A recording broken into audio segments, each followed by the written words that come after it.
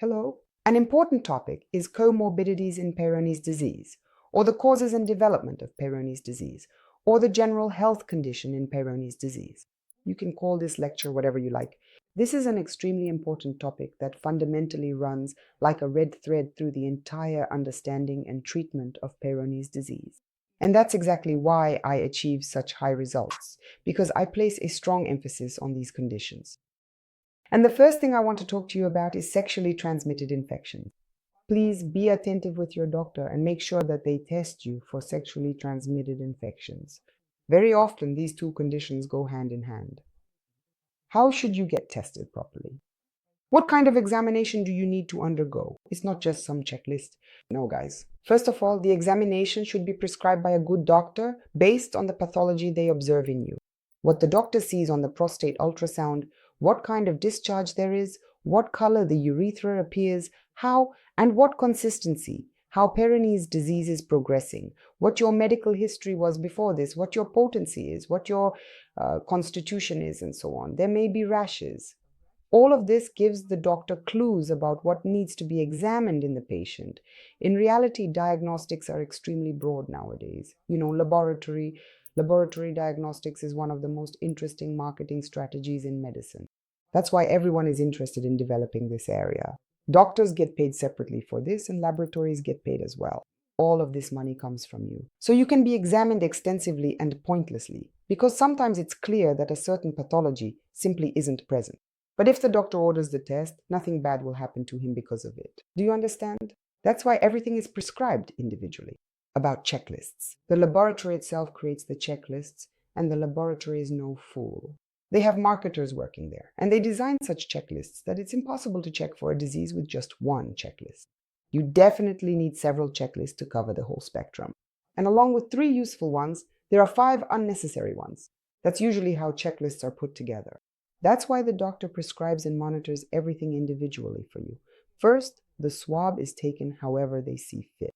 Can a doctor substitute the swab for something else? Yes.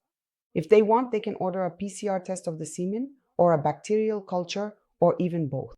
And the swab, well, for example, they might check an androflor test or do a bacterioscopy. Next, they might order PCR diagnostics of the semen, a urethral swab, or something else. They can also order a bacterial culture. Again, this could be semen, a urethral swab, or anything else, depending on what they decide.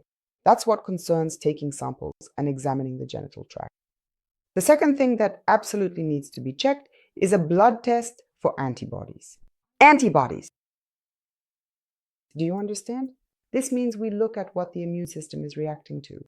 Not just what the lab technician can detect during diagnostics, but what your immune system recognizes.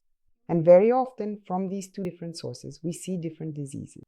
The third thing that is absolutely necessary is to examine your regular sexual partner.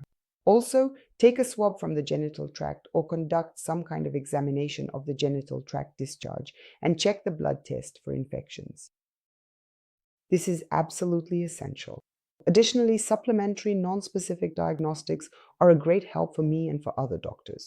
For example, if I suspect a sexually transmitted infection and see changes in the so-called PSA, prostate-specific antigen, which indicates high inflammation in the prostate, I am more likely to suspect the presence of a sexually transmitted infection, and so on.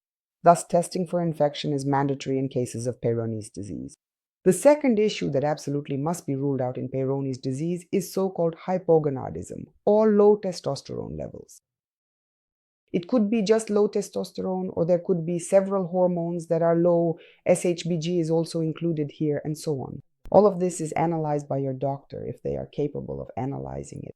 And very often, Peyronie's disease, as a rule, well, almost always, is associated with hypogonadism, that is, low testosterone levels. In this case, the hormonal profile is examined. What laboratory diagnostics are necessary? We always check luteinizing hormone, the so-called LH. We check FSH only in those patients for whom we are interested in assessing fertility. FSH may or may not be checked, depending on how your doctor treats you. Perhaps they need it for monitoring purposes. Next, total testosterone, free testosterone, SHBG, sex hormone binding globulin, estradiol, and prolactin. These are the things we need to check. Thyroid hormones will be very useful. That should be included as well. The next condition, which is very common, almost always present, and it's extremely rare for Peyronie's disease to occur without it, unless it's some other illness that's even more severe than chronic prostatitis. Peyronie's disease is almost always associated with and goes hand in hand with hypogonadism and chronic prostatitis. It is usually the combination of these three conditions that forms metabolic syndrome, and Peyronie's disease is a manifestation of metabolic syndrome. Now let's talk about metabolic syndrome. What is it? It's a very interesting condition. It's very interesting, proper, and competent to treat a patient while understanding what metabolic syndrome is. I'm saying this now for doctors. For patients, this is probably neutral information. So if your doctor doesn't understand or misunderstands metabolic syndrome, and doctors have plenty of their own fantasies, then it's unlikely they'll be able to improve your health. Metabolic syndrome refers to a specific cluster of medical conditions where one patient is found to have low testosterone, excess body weight, hypertension or high blood pressure, diabetes, and also elevated uric acid. It could be just one of these manifestations, or it could be all five. This doesn't play a big role because, well, you can see other things in the patient: pale skin, slowed speech, poor hair quality, worse than before, and many other external signs that we as doctors are taught to notice in you, the patients. Why? Because metabolic syndrome is stress, it's intoxication, it's self-poisoning of the body by one's own lifestyle, when a person lives in such a way that they poison themselves. This is not how one should live, or their body is in such a state that it poisons itself. And so, metabolic syndrome is usually present in Peyronie's disease. Both chronic prostatitis and metabolic syndrome reinforce each other. They are usually parallel to each other. Metabolic syndrome intensifies and worsens the course of the disease, chronic prostatitis and Peyronie's disease. And Peyronie's disease manifests as part of metabolic syndrome, and so on. Here you need to be attentive and examine all of this carefully. Because when it comes to treating metabolic syndrome, lifestyle changes can really help you. You can actually cure metabolic syndrome on your own without a doctor. This is the only condition that, under favorable circumstances, a patient can cure themselves by normalizing their lifestyle, diet, activity, joy, and so on. And then this will help you prevent a whole bunch of diseases. There is another condition that worsens, causes, and even on its own, just this condition alone, can cause Peyronie's disease, and that's diabetes, both type 1 and type 2. Type 2 diabetes, as a rule, is usually associated with metabolic syndrome. It's part of metabolic syndrome, usually, not always, but often. And in such cases, things like lifestyle changes, consultations with a doctor, treatment, and so on are involved. It is important to remember that when treating Peyronie's disease, successfully addressing any additional comorbid conditions accounts for a full 50% of the overall treatment success.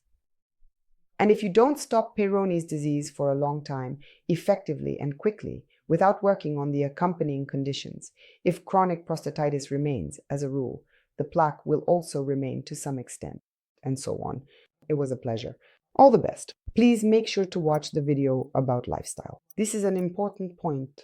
Please also watch the video about sex with Peyronie's disease. You can really mess things up there, God forbid.